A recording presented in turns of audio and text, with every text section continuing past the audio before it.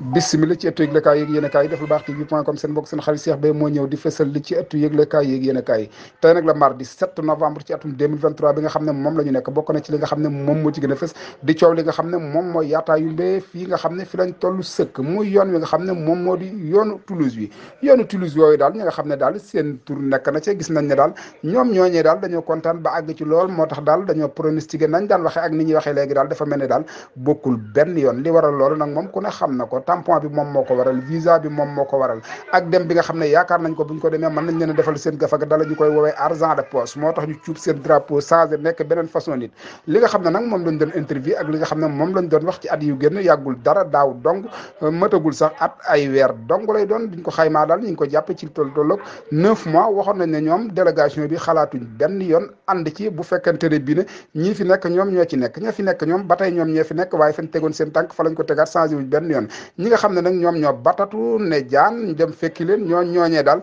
dafa mel ne seen i wax moo dañ ba jeex takk ñooñee daal xaw tuut léegi kenn dootu leen ñeme ndax daal gis nañ ne ci diir bu gàtt lañ wax ba changé waat ci diggante boo xam ne diggante bu matul dara diggante tarfatal ay ni diggante bëtagum nopp nga wax fii lii tey bu léegi nga waxaat leneen mel fi nii tey ëllëg nga menal fi leneen loolu daal gis nañ ko seetlu nañ ko nemmeeku nañ ko ci njabootu Course dafay bari trop en tout cas li wérte woon ñi koy def moom léegi ñëpp génn ci ñoom ba set wecci ndax dañuy wax lii tey fàtte na ñoom ñoo waxoon lii ëllëg ñu defar leneen waxaat leneen te du tee audio yooyu ñu ko waxee woon ba tey gars yi ñi ngi ak moom jëf ñu ko jëfe woon fañ ko jëfee woon it nit ñi fàttewuñ ko benn yoon place bañ ko waxee woon it ak fañ ko defee woon loolu lépp gars yi ñi ngi ko constaté xam nañ fan la woon ak ban heure lañ ko waxoon ak la taxoon ñu wax ko ndeke daraa ko waru lu liñ leen boolewul woon ci yoonu Toulouse rek a taxoon ñuy wax waaye bañ leen ci boolee tey génn guñu benn yoon ñu ŋàññi dañoo ànd ci yoon wi nga xam ne moom lañ war a dem di xaar sax li nga xam ne moom lañ dem defal seen gafaga ñu koy woowee argent de poche